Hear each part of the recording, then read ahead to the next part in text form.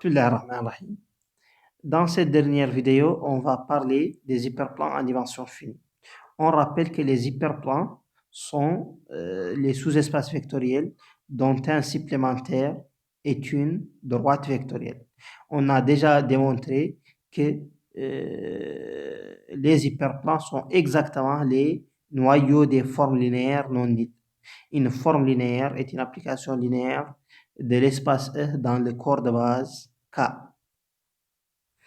En dimension finie, on peut donner deux autres caractérisations des hyperplans. Soit E, un espace de dimension n, H, un sous-espace vectoriel de E, et B, E1 jusqu'à En, une base de E. Les assertions suivantes sont équivalentes. 1. H est un hyperplan de E. 2. Il existe des scalaires A1 jusqu'à AN non tous nuls tels que H est l'ensemble des X éléments de E tels que A1 X1 plus jusqu'à AN Xn est égal à 0 où les Xi sont les coordonnées de X dans la base B. On dit qu'on a donné une équation cartésienne de H. Et la troisième dimension de H est égale à n-1. Donc, on a équivalence entre ces trois propriétés. Si on suppose 1, c'est-à-dire on suppose que H est un hyperplan, donc c'est le noyau d'une forme linéaire F non nulle. On va poser F de I est égal à I pour tout I. Pour un X quelconque de coordonnées X1, Xn dans la base B, on sait que X c'est X1, E1 plus jusqu'à plus Xn, En. Donc F de X par linéarité, c'est X1, F de E1 jusqu'à plus Xn, F de En. En remplaçant chaque F de I par AI, on trouve que F de X c'est la somme des AI Xi. Donc, un vecteur X de coordonnées X1, Xn, même B appartient à H. Si H c'est le noyau de F, si et seulement si F de X est égal à 0. Donc si et seulement si la somme des AI Xi est égale à 0.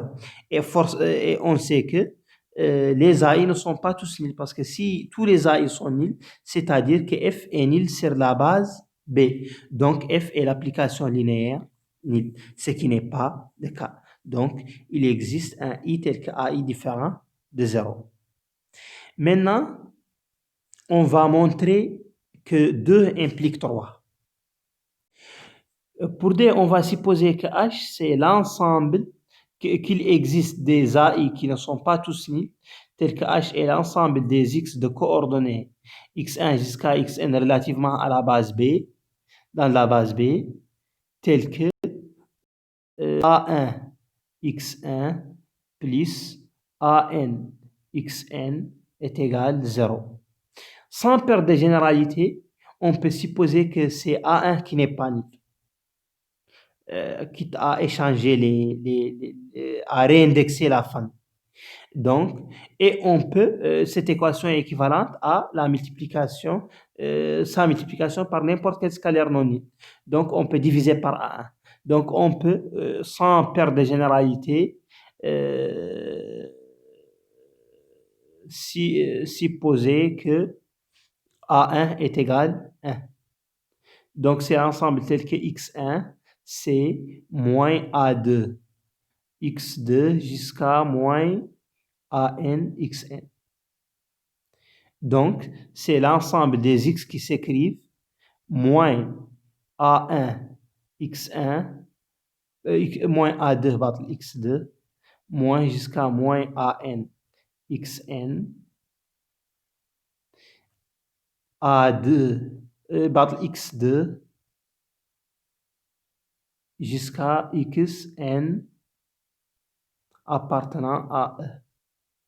Donc, on trouve que c'est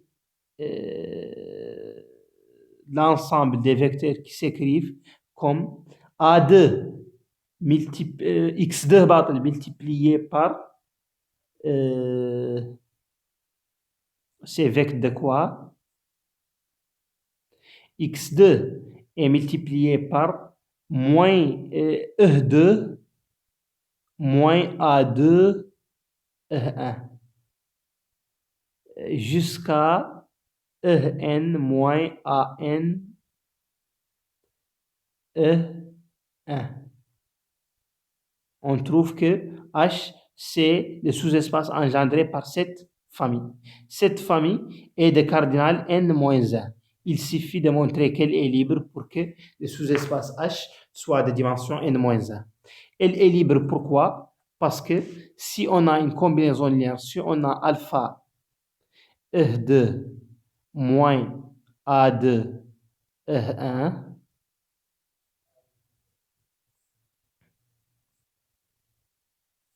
alpha 2 plus jusqu'à alpha n E2 En ici moins An E1 est égal à 0. Alors, qu'est-ce qu'on a? On a alpha 2 E2 plus jusqu'à alpha n En. Et pour E1, on a le coefficient moins A2 alpha 2 jusqu'à An alpha n 1 est égal à 0. Par la liberté de la base B, donc on a alpha 2 est égal à 0 jusqu'à alpha n est égal à 0. D'où cette famille est libre. Donc H a pour dimension n-1. Maintenant, pour 3 implique 1, si H est de dimension n-1, on va, donc H admet une base H1 jusqu'à Hn-1. Base de H. Comme celle-là est une base de H, donc elle est libre, donc on peut la compléter, d'après le théorème de la base incomplète, en une famille H1, en une base H1, Hn de base de E.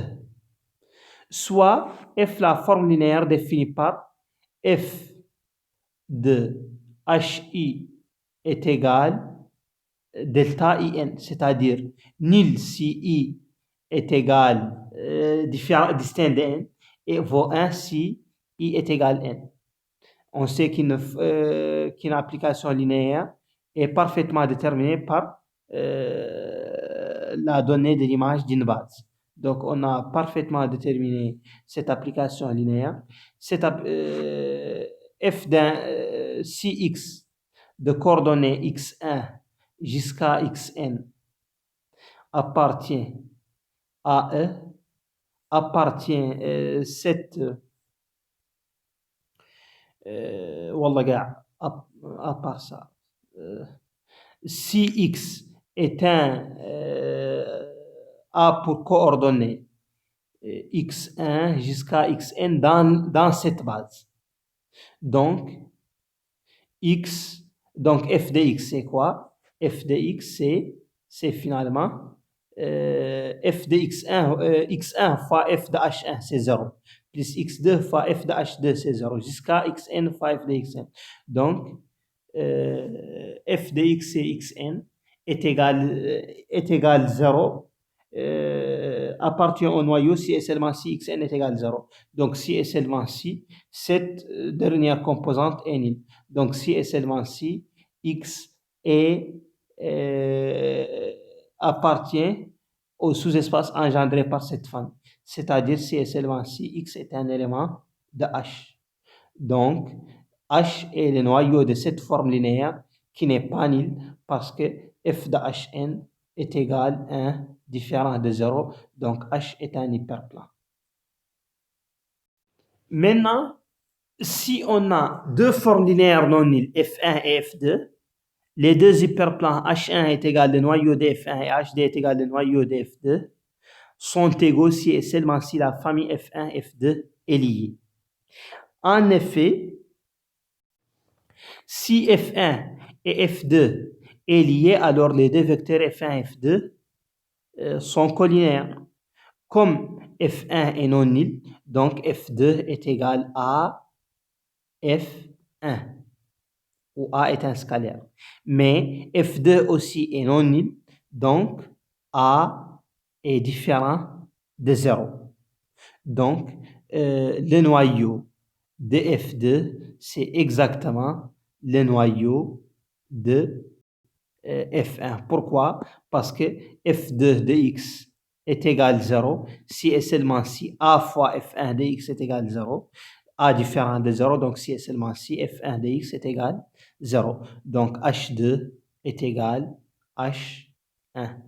Réciproquement, si les deux H1 est égal à H2, on va choisir une base de ces communes, اللي هما sont égaux, soit H1 jusqu'à Hn-1, une base de H1.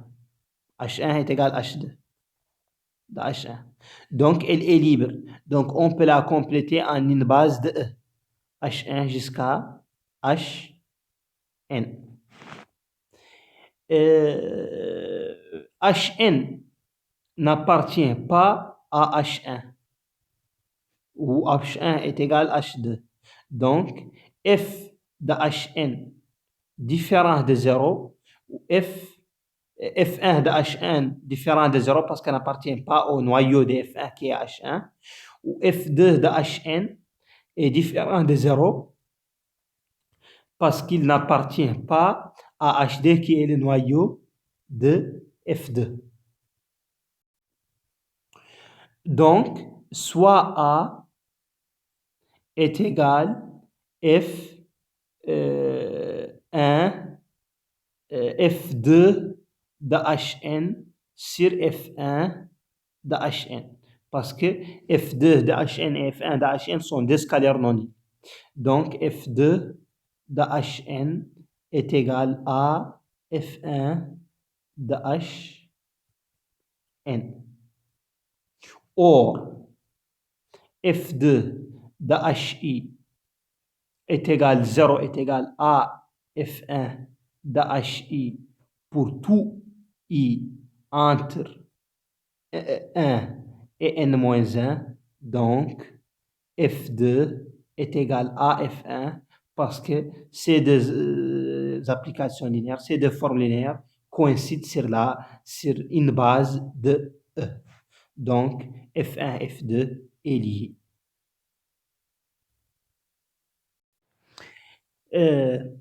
Donc, on va montrer, on va résoudre l'exercice 4. Soit H1 et H2, deux hyperplans distincts. Montrer que la dimension de l'intersection, c'est n-2, où n est la dimension de E. On sait que dimension de E, اللي هو n, est égale dimension de H1 plus dimension de H2 moins dimension de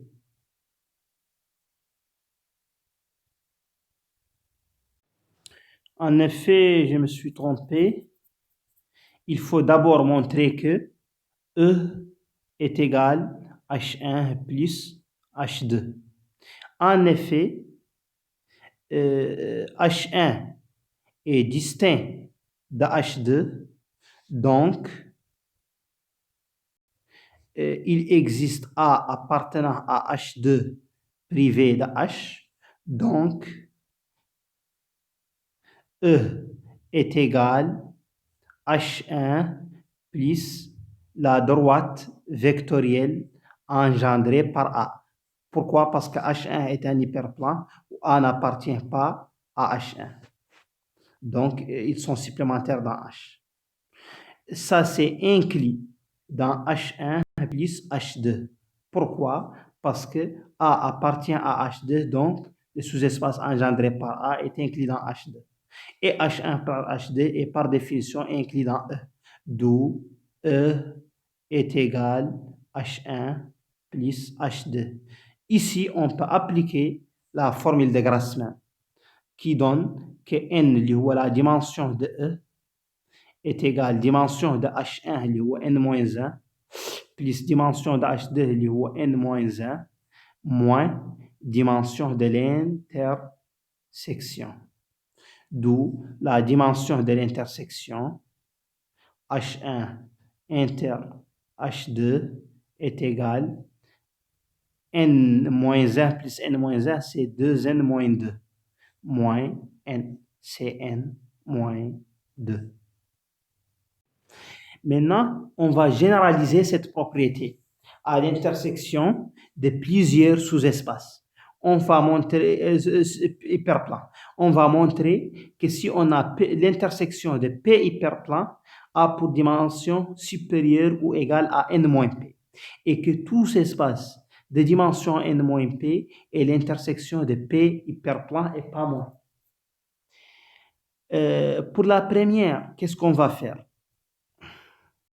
Nous allons considérer H1 est égal cœur de F1 jusqu'à Hn est égal noyau de HP est égal noyau de FP, P hyperplan. Les FI sont des formes linéaires non libres. Alors on peut déterminer l'application, définir l'application allant de E dans K à la puissance P qui à X associe les vecteurs dont les composantes sont F1 de X jusqu'à Fp de X. On sait que le noyau de cette application, c'est l'ensemble des vecteurs X qui annulent à la fois F1, F2 jusqu'à Fp. Donc, cœur de G, c'est l'intersection du noyau de F1, اللي هو H1 inter jusqu'à inter HP.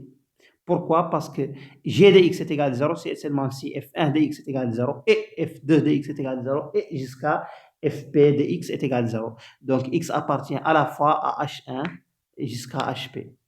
Donc, dimension de E, اللي هو N, est égale dimension de H1 inter HP plus la rang de G. On sait que la rang de G est inférieure. La rang de G, ça c'est inférieur à cette dimension plus la rang de G est inférieure à dimension de E et dimension de K à la puissance P. Or, dimension de K à la puissance P est égale à P, donc ça c'est inférieur à P. Donc, cette dimension est supérieure ou égale à n-P. La dimension de l'intersection de P hyperplan est donc supérieure ou égale à n-P. Maintenant, si on a un sous-espace vectoriel de dimension n-P, il existe P hyperplan dont ce sous-espace est l'intersection. En effet, il est de dimension n-P, donc il admet une base E1 jusqu'à n-P. On va compléter cette base en une base de E. Soit Fi, la forme linéaire définie par Fi de Ej est égal à delta I. Donc Fi de Ei est égal à 1 et Fi des J différents de I est égal à 0. Donc on a déterminé chaque forme linéaire Fi parce qu'on a déterminé les images des vecteurs de cette base par cette forme linéaire. Ça c'est pour I allant de n-P plus 1 jusqu'à n. On vérifie que le noyau de Fi est l'ensemble des vecteurs dont la coordonnée sur la base B, dans la base B sur I, N. En effet, X est égal somme des alpha I allant de 1 jusqu'à n appartient au noyau de Fi si quoi, si et seulement si Fi de X est égal Fi, ici c'est J.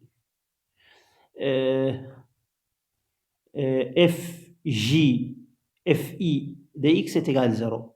Or, Fi va annuler tous les Fj, sauf pour I, elle va nous donner 1. Donc, on va trouver alpha I est égal à 0. Donc, le noyau DFI, c'est l'ensemble des vecteurs dont la composante, dont la coordonnée suivant le vecteur RI dans la base B est nulle. On obtient alors que le sous-espace vect de R1 jusqu'à n-p, c'est le sous-espace de départ. C'est quoi? C'est l'ensemble des vecteurs qui ont tous les composantes sur Ri supérieur ou égal à n-p plus 1 sont nuls. Donc, il appartient à la fois à cœur de f n-p plus 1 parce que la composante sur n-p plus 1 est nulle, jusqu'à l'intersection jusqu'à cœur de fn parce que la composante sur Rn est nulle. Parce que ce sont les vecteurs qui n'admettent pas de composante ni sur Rn-p plus 1 ni sur n-p plus 2 jusqu'à Rn. Donc, c'est l'intersection de Cp hyperplan. Donc, l'ensemble de l'espace de départ, c'est l'intersection de Cp hyperplan.